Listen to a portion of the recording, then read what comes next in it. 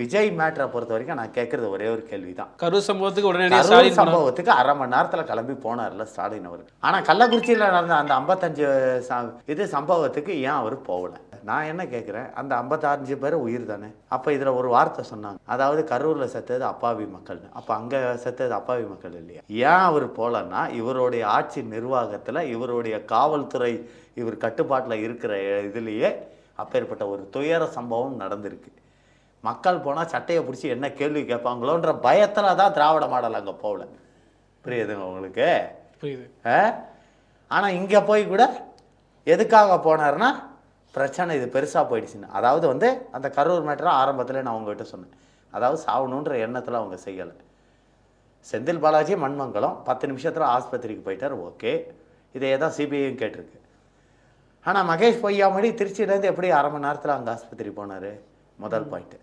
ரெண்டாவது சிபிஐ கேட்டிருக்கு, 41 பாடியை கொண்டு வந்து நான் வைக்கிறேன், 12 ஹவர்ஸ்க்குள்ளே எங்களுக்கு நீங்கள் போஸ்ட்மார்ட்டம் பண்ணி காட்டுங்கன்ட்டு டாக்டர்ஸை கேட்டிருக்கு. இது ஏற்கனவே பழைய நேரங்கள் நம்மளுக்கு சொல்லியிருக்கோம், நம்ம நேயர்களும் சொல்லியிருக்கோம். அவங்கள டாக்டர் சிபிஐ இந்த கேஸை கேட்டிருக்கு. அதான் இப்போ விஜய் மூணாவது விஜயும் ஒரு கேள்வி கேட்டிருக்கு, நீங்கள் வர வேண்டிய நேரத்துக்கு நீங்கள் ஏன் வரலை, நீங்கள் ஏன் லேட்டாக வந்தீங்கன்ட்டு. அவர் வந்து லேட்டாக வரல. சரி, இது ஓகே. விஜய் அவர்கள் வந்து சிஎம் வந்து நண்பன் சொல்கிறாரு, ஏன் இது கரூர் சம்பவத்தில் எனக்கு குற்றம் சாட்டினான்னு கேட்குறாருல. இது இப்படி ஒரு கேள்வி கேட்கலாமா அப்படின்னு பத்திரிகையாளர் சொல்கிறாங்க. அதுவும் நடந்திருக்குன்னா அவரும் கொஞ்சம் அதில் பங்கு பெற்றிருக்காரு தானே அர்த்தம். யார்? விஜய் அவர்களும் அது ஒரு சம்பவம், துயர சம்பவம்னா அதில் அவரும் பேர் இருக்குது தானே அர்த்தம். அது எப்படிங்க அவர் பங்கு பெற்றிருக்காருன்னு சொல்ல முடியும்? துயர சம்பவம் அதாவது வந்து நைட்டு 10 எனக்கு அது சம்மந்தம் இல்லாத மாதிரி போகிற மாதிரி இருக்குல்ல. யார்? இப்போ அங்கே உயிரிழந்தவங்களுக்கு எனக்கு சம்மந்தம் இல்லை. உயிர் இழந்தவர்கள் உண்மை, புரியுறதுங்களா? ஆனால் விஜய் உயிர் இழந்தவர்களுக்கு காரணமானது விஜயா? அதுதான் என்னுடைய கேள்வி. இப்போ நைட்டு 10 மணி வரைக்கும் டைம் இருக்குது, ஒரு மீட்டிங்னால நைட்டு 10 மணி வரைக்கும் டைம் இருக்குது. இப்போ இருக்கிற இது அதிமுக இருக்கட்டும், திமுக இருக்கட்டும், இவங்களே எத்தனையோ பொதுக்கூட்டம் நடத்துகிறாங்க. காலையில் 11 மணிக்காக கொண்டு போய் எல்லாத்தையும் செமரி அடைக்கிற மாதிரி அடைச்சிருவாங்க. நீங்களும் பார்த்துருப்பீங்க. ஒரு வாட்டர் பட்டலத்தை கொடுத்து, ஒரு சாப்பாடு பட்டலத்தை கொடுத்து கொண்டு போய் உட்கார வச்சிருவானுங்க. இப்போலாம் பை கொடுத்துறாங்க, ஒரே பையில் மஞ்சள் பை வேற வந்துருச்சு இப்போ புதுசாக, புரியுதுங்களா? அதில் அவரோட ஃபோட்டோ வேறு.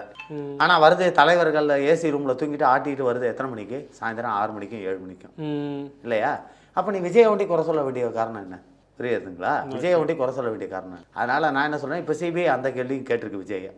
ஆனால் அதுக்கு வந்து எக்ஸ்ப்ளனேஷன் அவர் கொடுத்துட்டார். ஓகே, இதுக்கு இது சொல்லும்போது விஜய் இதை வந்து ஒரு பாயிண்ட்டாக வச்சு விஜய் மேலே குற்றம்னு சொல்ல முடியாது. புரியுதுங்களா? ஆனால் இன்னொரு கேள்வியை சிபிஐ முக்கியமாக முன் வச்சிருக்கு. அதாவது அத்தனை ஆம்புலன்ஸ் அந்த நேரத்தில் அங்கே வந்து நிற்க வேண்டிய காரணம். ரெண்டாவது, அதை சுற்றி கிட்டத்தட்ட 7-8 ப்ரைவேட் ஹாஸ்பிட்டல், அங்கே அத்தனை பேரையும் கொண்டு போகாமல் அவ்வளோ தூரத்தில் இருக்க கவர்மெண்ட்